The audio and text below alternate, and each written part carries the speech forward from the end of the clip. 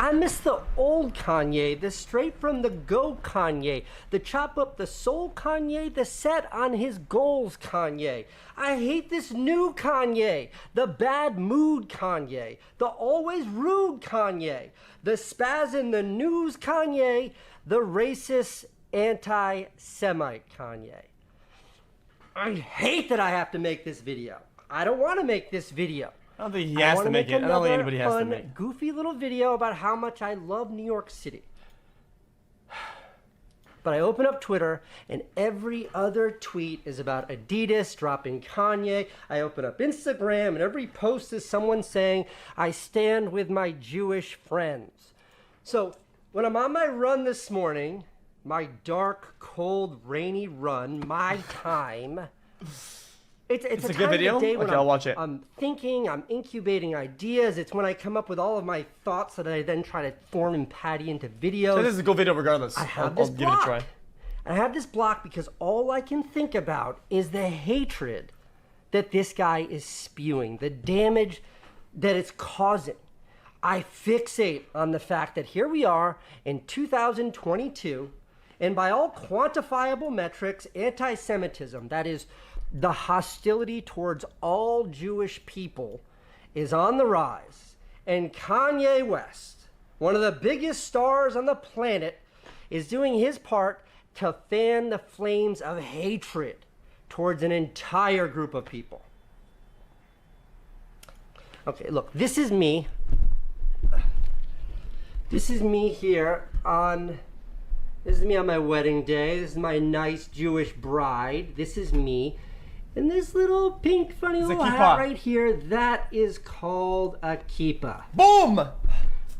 Here is a picture of my younger brother, U.S. Air Force Captain Dean Neistat, now retired. This is him flying his jet.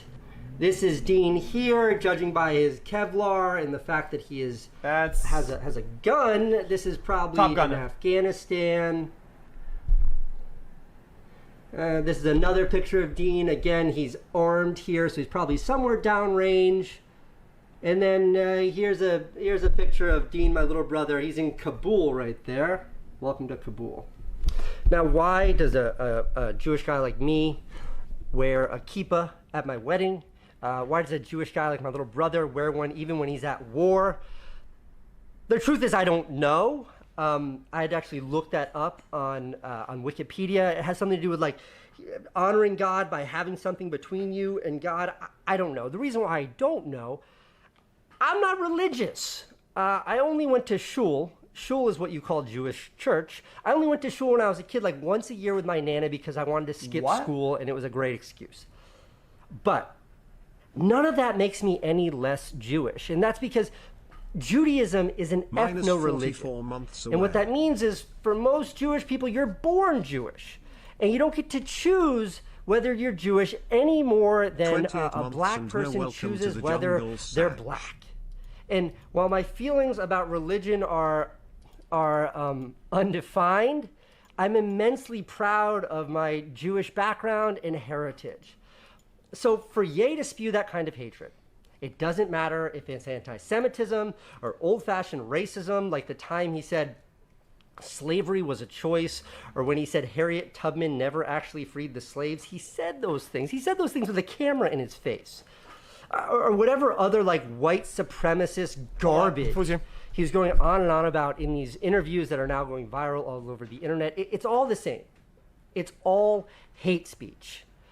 And what that kind of hate speech does, when communicated by someone of his stature, with his bully pulpit, it tells other people of compromised integrity, not people like you or me, people who are harboring prejudiceness of their own. It gives them permission to also get out there and spread hate.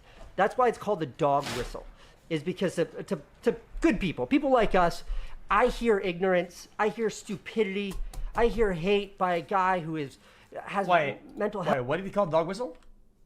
To also get out there and spread hate. That's why it's called the dog whistle, is because to good people, people like us, I hear ignorance, I hear stupidity, I hear hate by a guy who has mental health issues. But to others, those dangerous, hateful people in the margins, what they hear is something very different. To them, it's permission to get out there and throw a banner over the 405 freeway in Los Angeles that says Kanye is right, while they stand on the bridge next to it, giving the Hail Hitler salute to everyone driving by. That literally happened yesterday in LA. Now, let me tell you why this hurts so much, why this hurts me so much. Kanye was great. Kanye was great. Now, I don't know Kanye. I don't know him currently or ever. But I did meet the guy on a couple of occasions. So like 2002, maybe 2003, way back when. This is before his first album, College Dropout, came out. I want to say, this is before Jesus Walks, which I think was his first single. This is before that came out. This girl I knew invited me to go to the Hammerstein Ballroom here in New York City. She had these backstage passes because she was working with like one of the artists performing or something. So we go, and like, okay, early 2000s. Hip hop then, rap then was still pretty hardcore. It was like gangster stuff. If you were a rapper, you were tough. And I'm like this white kid backstage, and then in walks this like mild-mannered guy. And I remember, it was Kanye. I remember he had on a polo shirt, and it was like a pastel green or a pink or something, and he had on a backpack. Like, I remember that. And we hung around backstage. He was cool. We didn't have much, whatever, he's cool. And then the whole group of us, like Kanye and his entourage, which I was sort of a part of for weird circumstantial reasons, we all walked to the stage. Kanye led us out of that room, and he was the first to open the door. This I remember. First to open the door, and he stood there holding the door open for all of us to walk past. And like, I was like the last, or one of the last people to walk by him, and I remember being like, thanks, dude, and like walked by the guy. Okay, we go on stage, I go on stage. Kanye starts performing. He's doing his thing. All of his like, the girls, the guys, the people around him, they're all like getting into it. They're all in the rhythm. Kanye's there, and he's just like, you know, Kanye's doing Kanye, and he's up there just like letting the audience have it. I'm the only white guy on that stage, and I don't know how to dance. I don't know how to dance ever. And I'm like, I just remember like, I'm on the stage, and the audience can definitely see me. They can positively, and like, I'm just trying to like find the rhythm and dance, and like this is kind of how I dance. I don't really know how to dance. And I remember it was like really embarrassing and weird, but I was psyched to be on the stage with this guy because he just seemed so cool and so confident. It was embarrassing and amazing all at once. That was the first time I met Kanye. I still don't know how to dance, by the way. Okay, a decade later, by now Kanye has become Kanye. And I'm at like this dinner party. It was for this artist friend of mine. Tom had like an after party for his art show. Kanye was there. So I go over to him and I'm like, yo, Kanye, let me tell you a story. And I tell him the story I just told you. And he's like, oh, I remember that. And there's no fucking way he remembers that. But he was kind and he said, I remember that. And I'm like, Kanye, what are you up to now? Hey, good to see you. What are you up to? And he's like, oh, I'm on tour with my group. You should come see us. His group, by the way, was him and Jay-Z on the Watch the Throne tour. And he did, like, he followed through. He, like, sent me tickets. I went and saw him the next night. It was great. Anyway, I'm like, cool, you're on tour. What else are you up to? And he's like, well, I'm getting into fashion. I'm like, tell me more, tell me more. And he just starts going off about his ideas for fashion. And wants to start designing clothes, and he just keeps rattling off what he wants to do, and he's like getting really excited about it. He loses me completely. I have no idea what this guy's talking about, but the passion. And he's just going, and like, I know the look I must have been giving him in that moment must have been like the look that Candace, my wife, gives me when I start telling her an idea for a video. It's like an idea that made perfect sense in his head, total sense in his head, in his brain. But to me, it was like utter nonsense. Look, I'll show you. I got a picture. Look, this was us. Look at how happy he is. You ever seen such a happy Kanye? He was psyched because I'm like, tell me about your fashion plans. We're homies. And then he did it. He did it all. All those ideas he told me he did.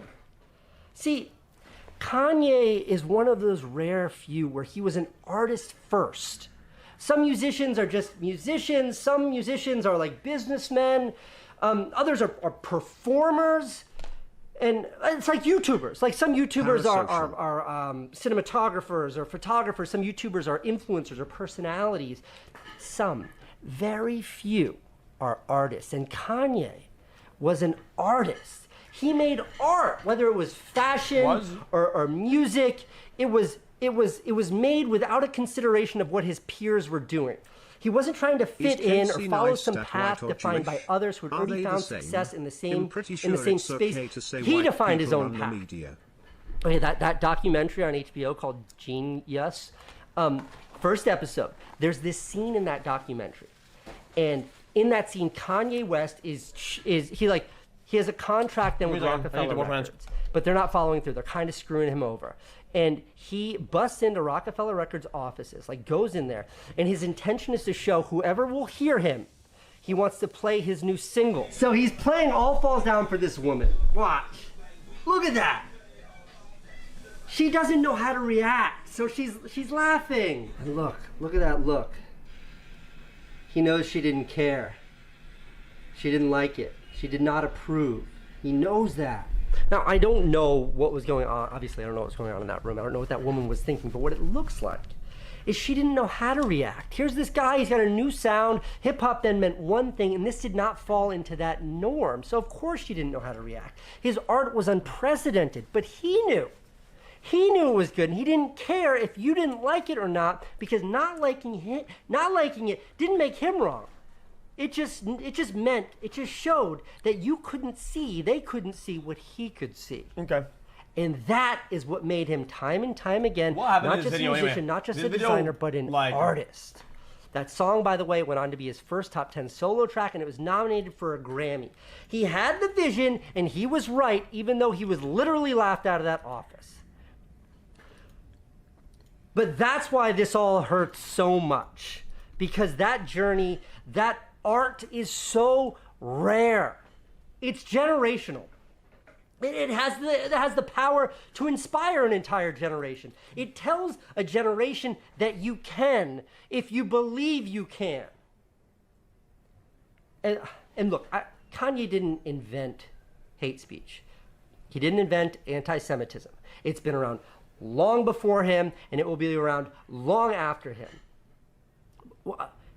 But why this breaks my heart is because as an artist or someone who has dreams of being an artist, I can't imagine accomplishing what he accomplished, using nothing but your art and your own brilliance to become one of the most celebrated creative forces on the planet. And to do that at a time when the planet is more fractured than ever.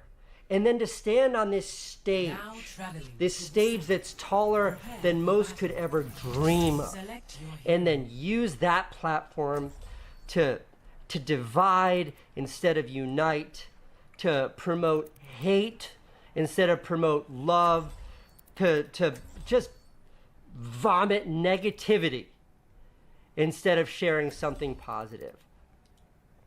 All right, makes sense.